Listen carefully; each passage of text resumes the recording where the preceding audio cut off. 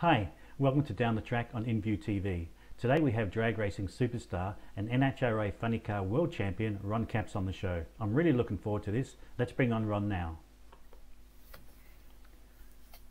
Hi Ron, welcome to Down the Track on InView TV. Hey Bruce, how are you? I'm very good. Very excited to have you on the show. Thanks so much for agreeing to come on the show. There's lots to talk about in the short period of time, so we're going to get straight into it. I want to talk about your career first of all. You started off way back when you were crewing for Blaine and Alan Johnson's Top Alcohol Dragster. Then in 1995 you drove for Roger Prim. Then you spent many years driving for the legendary Don the Snake Prudhomme, and then about 17 years driving for one of the giants of the sport, Don Schumacher Racing. So finally this year we now started your own team. So tell us a little bit about that journey. Yeah, my career, it started out basically being around my dad racing as a kid. My dad had an altered, but he always helped people around us. And we lived in a little town in California that had a track back when I was growing up. It's not there anymore, but long story short, I just kind of hung around my dad. And Blaine and Alan Johnson lived about half an hour, 30 minutes away from us. Blaine was not driving at that point. Alan Johnson was actually driving back then. And so I kind of learned going and hanging out with my dad, working on their cars, and then got to work on some local dragsters. And then it just, an opportunity came up that I never expected. I was out at a race in Brainerd, and the guy that owned the Montana Express Top Alcohol Dragster struck a conversation up with me, and I didn't even know who he was. And the next day he said, "Hey, I've got another dragster if you want to get your license." And that's how it started. And next thing you know, Roger Prim was hiring me after a year of driving the alcohol dragster, the Montana Express. And Roger Prim hired me to drive his Top Fuel dragster. I did that for a season, a little over a season. And it was during that time that Don Prudhomme had been watching me. We didn't go to a lot of races in Roger Prim's car. We did win an NHRA national event my rookie year at the Seattle race, and which is rare to win, as a rookie. And you got to remember back then when I was driving, my rookie year had Joe Amato and had Eddie Hill, and it was pretty stout competition, a lot of cars. So it was a big deal. And Don Prudhomme watched me in that car, said he'd been watching my interviews, the way I carried myself, the way I drove. And next thing you know, I got a phone call from him that he was putting another funny car together, and asked if I wanted to drive it. So it was not an overnight success by any means, but it was right place, right time, and then just taking advantage of situations thrown at me. And it all kind of goes back to being a crew member, I think. I was quicker to learn, quicker to do well, because I had worked on them as a crew member. And so it was just, you look back and it's amazing how it came about, but very lucky. And you're the reigning funny car champion, world champion. Winning in your last season at DSR, that must have been a very satisfying way to go out with that partnership. Yeah, winning in 2016 was cool because it was the last part of the laid back headers they had of the funny car, and it was very difficult to drive. But winning this last one, and fighting my teammate Matt Hagan down to the wire, and then having my now Toyota teammate Alexis DeJoria actually help us win by beating Hagan. It's not the opportune. It's not how you want to win it by winning an actual race, but we'll take it nonetheless. And we just did a great job. But you got to remember, leading into that, the probably previous 5 or 6 races, I was working on what is now me being a team owner, but it was all going on in the back of my head throughout those races. So there was a lot of noise in the back while preparing for this year and trying to win a championship. And so it's unique how it all turned out. And you made the big move, you mentioned that, from hired gun to team owner. What brought that about? Probably the pandemic more than anything else. Just a lot of, I think it changed a lot of people's lives and the way they look at things. I had never been home as much in probably the last 20-something years as I had been during the pandemic. A lot of traveling, the races and the sponsor appearances. If you follow my social media, you'll see that I'm on the road a lot doing appearances. And so that was the first time I was at home a lot. It just got me thinking that maybe it was time for me to try and make that move to be a team owner. It's always been the ultimate goal, just there wasn't an opportunity. and you got to do it with the proper funding. And I just wasn't sure I was ready and had the right people in the right place. And it just sort of happened. It kind of happened in a weird way. I thought somebody else was going to be a sponsor to go with me. And when Napa Auto Parts, who I've been with for, gosh, since 2007, they told me they wanted to be a part of it. And they then came back and said they wanted to be the major sponsor on my new team as a team owner and a driver. That was huge. And of course, Toyota jumping on board. So I would say more than anything, it was the pandemic that kind of started that process. And what does it change, or how have you changed what you do on and off the track? I'd imagine it's a massive difference now, especially on race day. Once upon a time, you were just concentrating driving the car. Now there's a lot more to think about. It changed everything. There's not enough hours in the day anymore. I used to have to worry just about, driving the race car, but I've always been really good about taking care of my own stuff. And I don't think Don Schumacher ever had to worry about where I was and what I was doing to take care of his sponsors. I've always worked real hard at that part of the business. The driving part is about that much anymore. So most of it now is taking care of sponsors and doing appearances and that sort of thing. And so I never had to worry about, much more than that, even though it was a lot. And I can't even tell you how crazy it's been. And I knew it. I knew going in it was going to be a lot. But we're getting through it. We've had a great start to the season, and we've already won 2 races. So you couldn't ask for a better start to be first year as a team owner. And, obviously I get most of the credit to Guido and John Medlin, our crew chiefs, and our team, and all the people around us, because there's absolutely no way we would be having the season or the start or the success we're having right now without those people. And have you enjoyed the change, or has it just been too stressful? Both at times, but I like it. Again, we just won the championship last year, and if I told you how much white noise was going on every time I got in the car, I was thinking about things that were going on in the back of my head that I was trying to, we had to keep it a secret for a while exactly what was going on, but it was a big rumor out there, and I was just trying to get through our races. And honestly, the championship, we all want to win one, and we were in a position to do it. I just didn't think I wasn't sure I could get through it without making a mental mistake with everything going on. And I ended up driving even better. And it just, it was very cool to know what was going on the next year and have a championship as we rolled into Pomona with a pretty good, decent lead. All we had to do was qualify well and then go a few rounds. And that's what we ended up doing. But we actually padded that even more with qualifying. So we just kept our foot on the throttle, so to speak. And you couldn't ask for more Hollywood script than to win a championship and then go out as a team owner the very couple months after that as the following season. So everything just it worked out perfect. And then a few races into this season, you make the announcement that you're with your alliance with Toyota and driving the brand new Toyota Supra body, which I think is the sexiest body on the circuit. I really love it.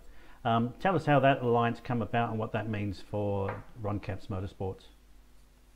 Well, it just kind of started when I decided I was going to try to make the venture and being a team owner. I had a couple different sponsors I was talking to, and I was hoping Napa would come on board at some degree. I wasn't sure what at that point. But driving for Dom Perdome, one thing I learned was you've got to have a foundation. And in our world of racing, you've got to have a manufacturer that believes in you and has the support that they want to give you, but also the technical support. The on-track, off-track support that I used to see when I was with Dom Perdome. Obviously him being a legend, when I started driving for him, everything was on 11. It was like the sponsors that we had, was the best of the best. We had the support. We had the wind tunnel work that we went to. Everything was on 11. It was awesome.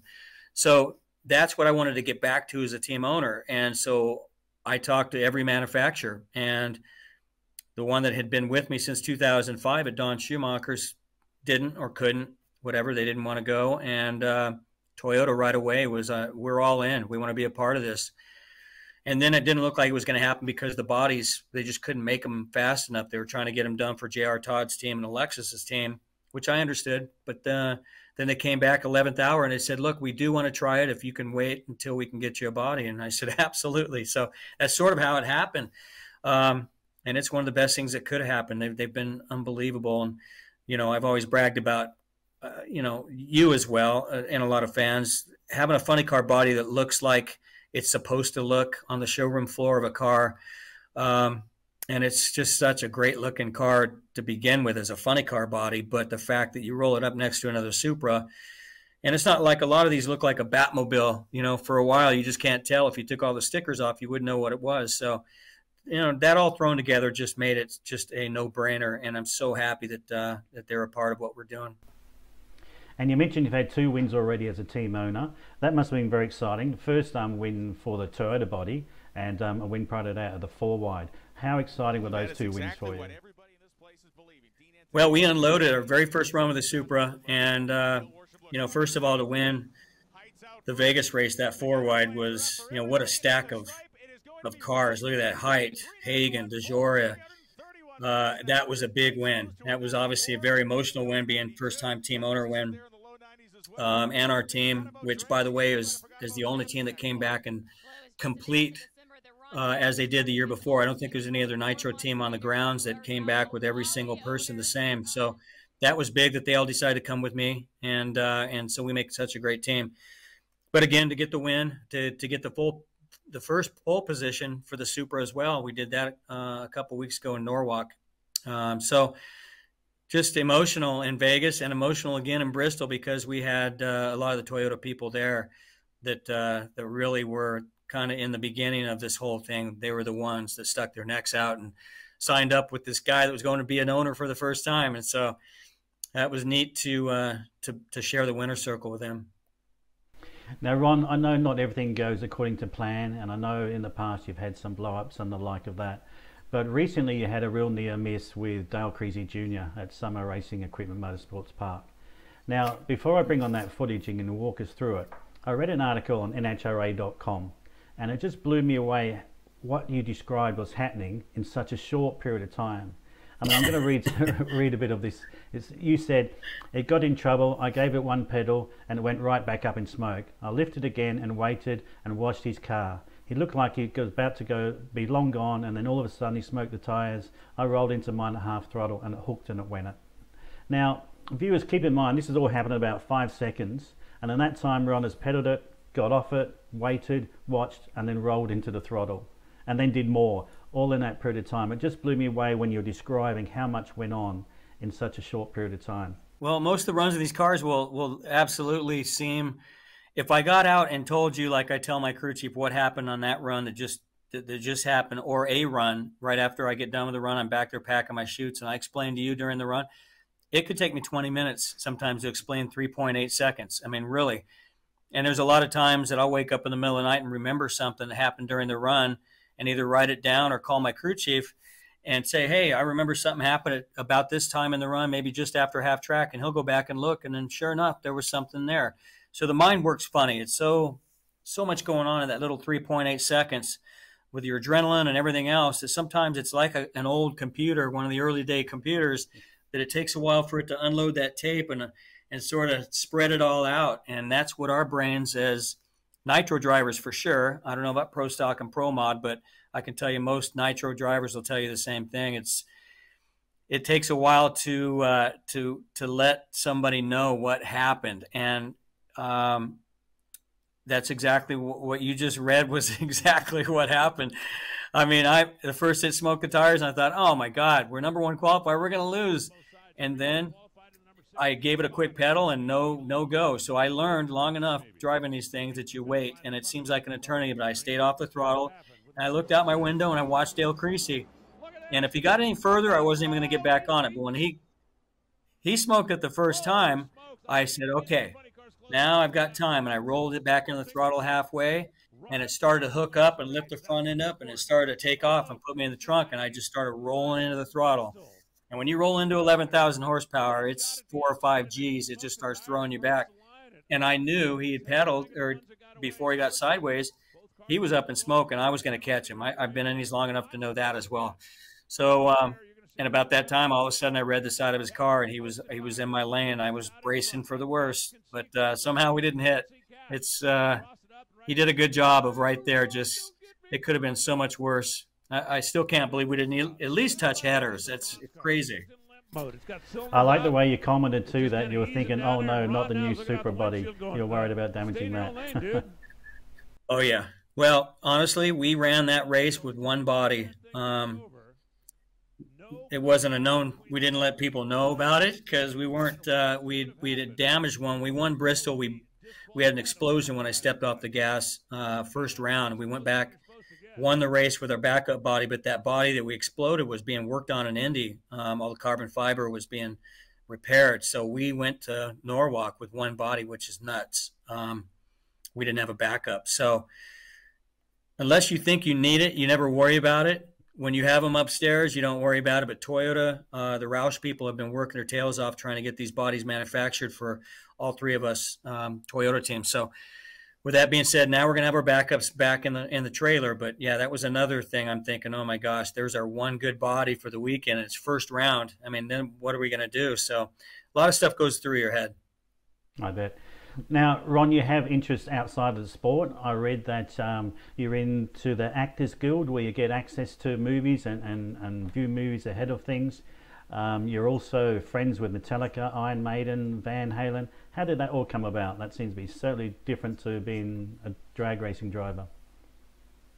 Well, the Screen Actors Guild stuff it came from just getting to shoot commercials and different things along the way with these great sponsors I have. And I didn't even realize that the perks were every December, January, right around Christmas time, every movie that's in the theaters, I was having sent to me on a CD or a DVD. And my family and I are watching these movies that you can only see in a theater. So that was a pretty cool perk every holiday to have those to watch. I've been pretty blessed to be around great sponsors and great teammates and to get to shoot all these commercials. I've been in a few movies that we've gotten to do. So that was just that perk. But, the music thing, music's been besides racing, that's always been my thing. I've always loved hard rock and really all music. But the fact that I've gotten to be a professional race car driver, a lot of these people that I looked up to were heroes of mine, like James Hetfield, Metallica, or the guys in Iron Maiden. Every rock and roll star wants to be a race car driver, and every race car driver probably wants to be a rock and roll star. But all those rock and roll guys want to be race car drivers. It's hilarious when you bring them out to a race because that's what they would do if they weren't doing what they do. So with that being said, the fact that I was able to invite some of these heroes of mine in music, because music drives me so much, that I've gotten to be friends. And it's sort of nice to take, you go to their concerts and you get to go backstage and hang out with them. Well, when they come to my drag races, I get to take them backstage, and that is the starting line and in the pit area, and put them right next to the pipes when we fire it up and things like that. So it's cool to give back to them as good as, they make me feel when I hear their songs. And, like I said, music, it gets me ready for a run. It puts me in a great mood. So it's been pretty cool. Fantastic. Now, your next race is July 15, 17 at Bandamere.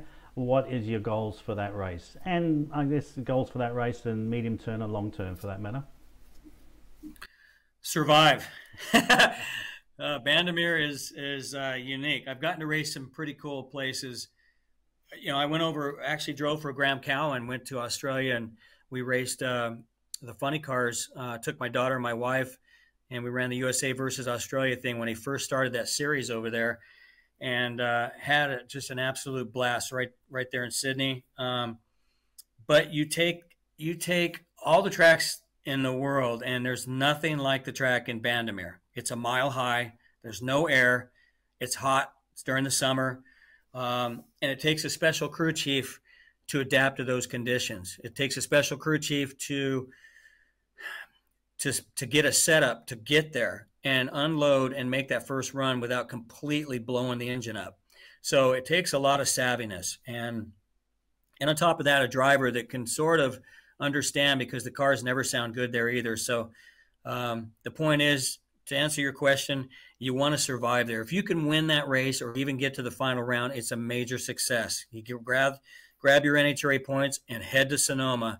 You just don't want to leave there with a pile of broken parts, and you know, your big DHL bill is sending stuff out to get repaired on the very first race of the Western Swing. So, you know, we'd love to win all three, but you can't start without winning Denver. And so we'll just kind of go there. And I've got two great crew chiefs in Medlin and Guido, I think, that have always been good up on the hill. And we'll just see. You always go there like this.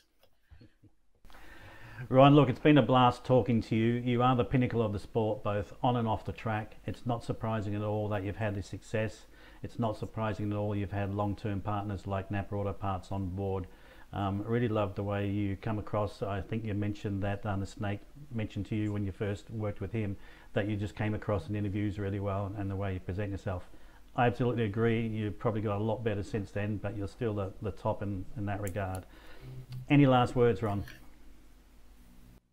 No, man, I just appreciate you having me on. Like I said, I enjoyed my trip to Australia last time. I'd love to go back.